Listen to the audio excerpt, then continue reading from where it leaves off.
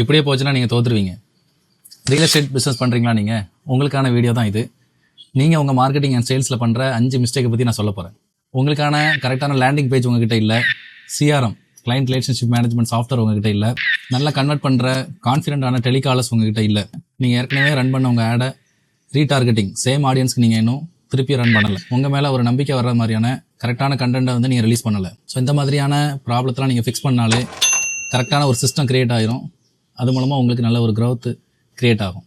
இன்றைக்கி நம்ம ஊரில் 60 வருஷம் 70 வருஷம் கன்ஸ்ட்ரக்ஷன் கம்பெனி நடத்தி வர்ற நிறைய கம்பெனிக்கு புதுசாக லீடு வர்றதில்ல. காரணம் என்னென்னா, இப்போ ரீசெண்டாக 1 இயரில் ஸ்டார்ட் பண்ண கம்பெனிஸ் அவங்க கூகுள்லேயும் வெப்சைட்லேயும் அவங்க வந்து ஃபஸ்ட்டில் பேஜில் கொண்டு வந்து டாப் லெவலில் பண்ணிகிட்டு இருக்கிறதுனால ஃபாரின்லேருந்து ஊருக்கு வந்து கன்ஸ்ட்ரக்ஷன் பண்ணணும்னு நினைக்கிறவங்க அவங்களுக்கு தான் ஃபஸ்ட்டு ப்ரிஃபரன்ஸ் கொடுக்குறாங்க. ஸோ இது மாறணுன்னா நான் சொன்ன இந்த ப்ராப்ளத்தெல்லாம் நீங்கள் சரி பண்ணணும், க்ரோத்தை நோக்கி நீங்கள் போகலாம்.